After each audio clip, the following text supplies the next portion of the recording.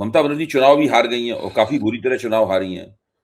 अभी देखिए जो फलता से उनका जो उम्मीदवार था उसने तो पर्चा ही वापस ले लिया, जबकि पहले तो वो 30 मार खा ही दिखाता था और बुरी तरीके से वहाँ पे टीएमसी हार गई, कुछ नहीं कर पाई। फिर वो अभिषेक बनर्जी का किला भी वो लोग ध्वस्त किए दे रहे हैं। मेरे कहने का मतलब ये है कि बड़ी राजनीतिक बंगाल में अब जो कुछ भी बचा है गैर भाजपा ताकत के नाम पे, वो है तो ममता बनर्जी। कमज़ोर हो गई हों, बिखर गई हों, जो भी हों, ममता बनर्जी के अलावा तो कोई ताकत नहीं है बंगाल में, जो कि खड़े होके कुछ कर सके। इसी तरह तमिलनाडु में अगर आप देखें, तमिलनाडु में देखें तो डीएमके अभी भी एक बहुत बड़ी ताकत है।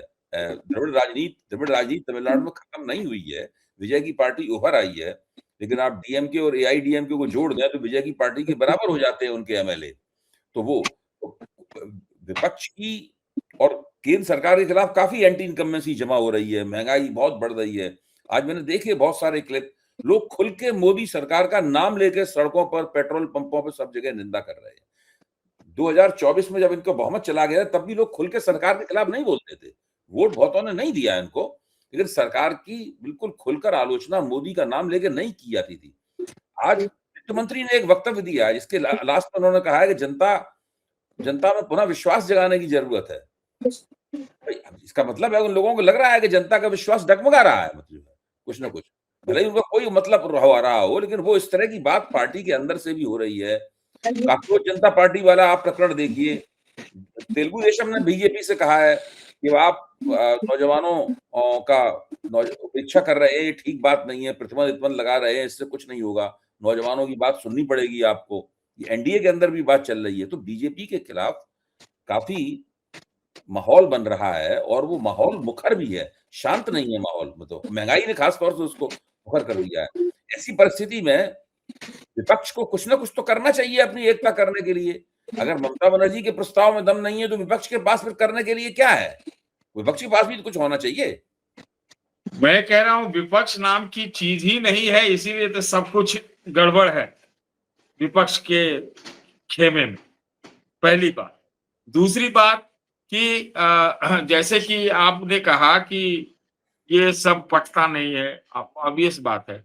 बहुत सारी विपक्ष में पार्टियां रही हैं जिनका आपस में पटता नहीं है, राज्य स्तर पर नहीं लेकिन केंद्र में वो साथ रही, केंद्रीय स्तर, इसका भी उदाहरण है।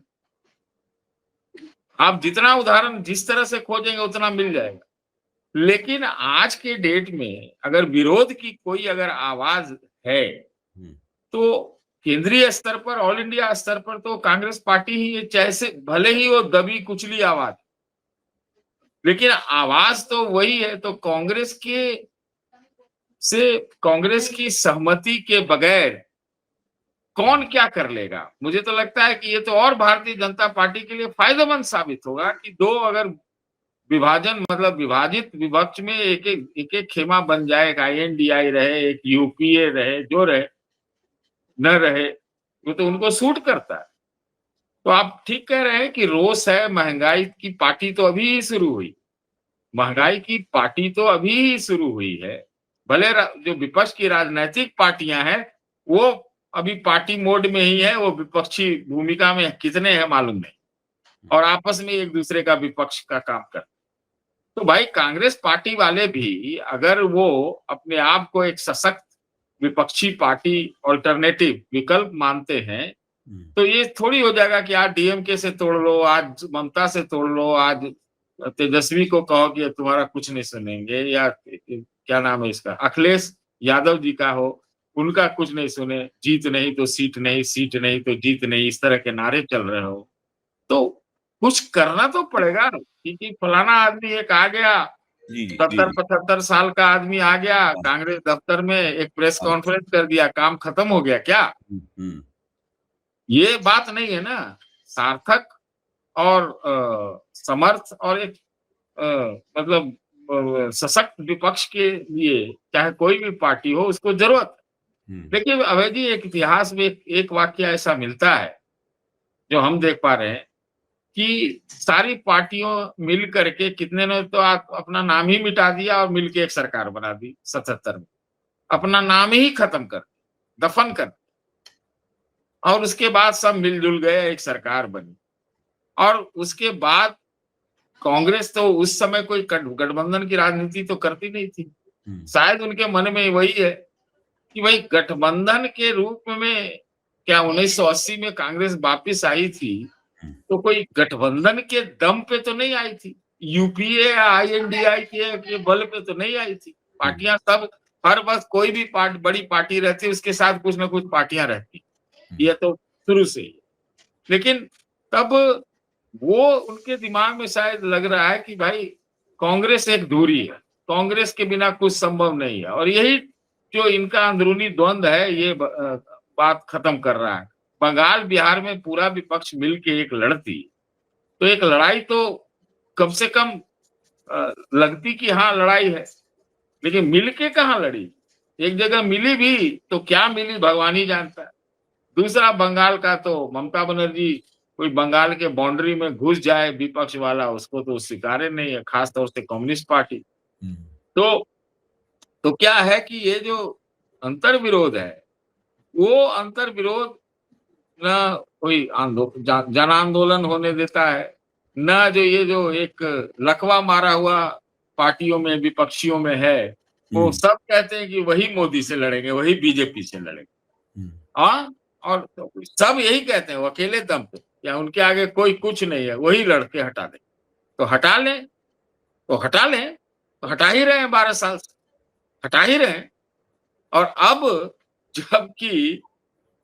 जबकि एक-एक मुद्दे पर सरकार पलट गई है पूरे देश में, है ना? कभी कुछ, नवासी में कुछ, इस तरह से सरकारें पलट जाती हैं, और इतना लेकिन विपक्ष की एकता कभी नहीं रही, कभी नहीं रही है इतनी कम विपक्ष की एकता, है कि नहीं? तो वो सब है इनका। अब ये डीएमके बताइए, जिसको बड़ा भाई है, तो बड़ा भाई जो है वो अचानक भुला गए बड़ा भाई को। तो आपकी बात का लुब्बो-लुबाब मुझे ये समझ में आ रहा है कि विपक्ष को अभी किसी एक महत्वपूर्ण घटना की दरकार है, जिससे प्रेरणा पाकर या जिसके दबाव में कोई ये एकजुट हो पाए। नहीं, नहीं, घटना की मेरे ख्याल से घटना तो हर 10 दिन पर एक घटना होती है, और जिसको किसी चीज को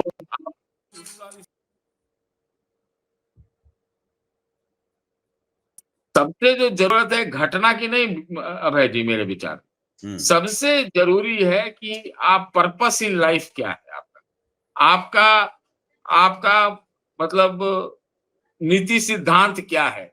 एकता तभी तो आएगी कि भाई एक कॉमन ग्राउंड हो जहां पर आप आए, अपने अपने इच्छा वैमनस्य, अपने अपने हितों की बलि दे, तब मिले। यहाँ तो एक ही दूसरे की बलि देने में लगे हुए हैं, और सब कहते हैं कि जो है भारतीय जनता पार्टी को उड़ाएंगे। तो कैसे उड़ा सकते हैं? कोई घटना क्या है? कोई घटना की नहीं है। अब घटनाओं की आप कहिए ना, कितने घटना जुड़ा दिया जा सकता है, ये घटना है, ये घटना है, ये घटना है। लेकिन वो घटनाओं से तो वो एक स्टार्टिंग पॉइंट होता है ना।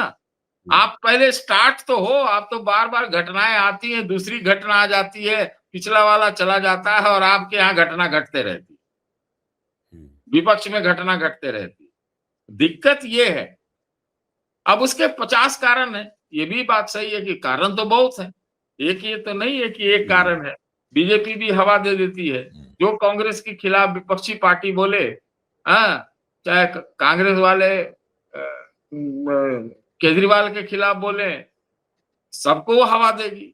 ममता के खिलाफ जब राहुल गांधी ने बोला बंगाल में, तो उसी को उन्होंने हवा बना दिया। आप घटना बताते हैं, उसी घटना से उन्होंने उसको इस्तेमाल कर लिया। तो बात यह है कि आप लार्जर पर्पस आपका क्या है, कि खाली तख्ती लेकर के संसद का सत्र जब हो तो तख्ती हिलाने वाला तो है नहीं।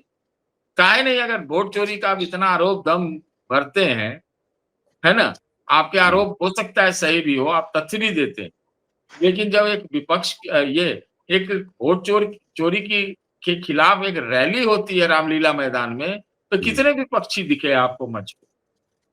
क्यों नहीं दिखे? तो कांग्रेस की रैली थी क्यों कांग्रेस की रैली थी? कांग्रेस की रैली क्या थी? तो अच्छा है, ममता बनर्जी भी आके जून में अपना रैली करेंगे यहाँ पर वोटी चोरी के ऊपर, उसमें कांग्रेस नहीं दिखेगी। मतलब ये है इंटरनल हैमरेज, ये है कहानी। तो आज के डेट में तो एक सामान्य मानवी के रूप में तो भाई हमको तो मतलब राजनीति ही क्या है कुछ समझ में नहीं आता है, क्योंकि सब अपने-अपने इंटरेस्ट से अपना गेटिंग सेटिंग करने में INDIA के बड़े नेता, बहुत बड़े नेता ने, तब के बहुत बड़े नेता ने मुझसे कहा था कि ममता ने मोदी जी से सेटिंग कर ली। ये एक बयान है INDIA का नेता का अनौपचारिक रूप से मुझे इन पर्सन। जी। तो आप सोच लीजिए क्या होगा। नहीं, आपने आपका तजुर्बा है और आपने इन सब परिस्थितियों को बहुत नज़दीक से देखा है और आप जो विश्लेषण कर रहे हैं उसका महत्व है। मुझे भी कोई विपक्ष में एकता की प्रवृत्तियाँ बहुत ज़्यादा नहीं दिखाई पड़ रही और मैं मोटे तौर पे आपकी बात से सहमत हूँ। केवल हमारी इच्छा है कि विपक्ष एकजुट हो जाए, उसके आधार पर विपक्ष एकजुट नहीं होगा। एकजुटता का इतिहास भी ऐसा कोई बहुत चमकदार इतिहास नहीं है। जी, तो कैसे होगा अभय जी? हो ही मतलब अभी तो संभव नहीं लग रहा, क्योंकि कांग्रेस वालों को के दिमाग में कुछ और है, बाकी पार्टियों के दिमाग में कुछ और है। यूनिटी ऑफ पर्पस नहीं है तो यूनिटी कैसे होगा? ठीक बात। बिना यूनिटी ऑफ पर्पस तो कम से कम हो, ये तो है ही नहीं।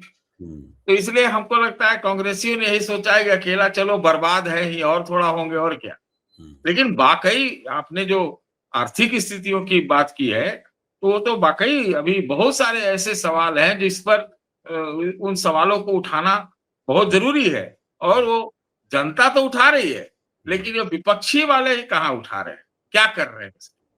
वो बोलने से क्या होता है भाई? आप क्या कर रहे हो उसके लिए? आप क्या कर रहे हो? ये बताइए। और अभी सही। विपक्ष की एकता का तो एक टेस्ट तो अभी जब मानसून सेशन होगा उसी में देखेंगे आप। नहीं, संसद में तो वो एकजुट हो जाते हैं। मैंने देखा कि बाहर कुछ भी बिखरे रहें, नहीं, नहीं, संसद में कई थोड़ा मुद्दे बहुत पे हो बस जाते हैं एकजुट। कुछ एक मुद्दे पर एक होते हैं। बहुत सारे ऐसे आप मुद्दे गिना सकते हैं जिसमें इधर-उधर हो गए सब के सब, नहीं, है ना? अदानी के मुद्दे को अगर छोड़ दिया जाए, तो बाकी मुद्दों पर जैसे पिछली बारी संसद के सत्र में ये लोग एकजुट हो गए थे। नहीं, नहीं, ये क्या सवाल नहीं आया था कि जब वाइस प्रेसिडेंट का चुनाव हुआ वो धनखड़ पुरानी के बात बाद, होगी तो सतीश जी, वो बात आपकी बात सही है। बस आप वही हम तथ्यात्मक कह बात रहे हैं। बोल रहे हैं। वो वही पुरानी बात मेरे ख्याल से जो अभी इस वक़्त जो स्थिति है उसमें क्या है, मुझे लगता है कि सदन में मोटे तौर पर कुछ अपवादों को छोड़ के एकजुट हो जाते हैं, लेकिन सदन के बाहर लगातार बिखरे हुए रहते हैं। वो दिखावटी है और वो कंकाली एकता है।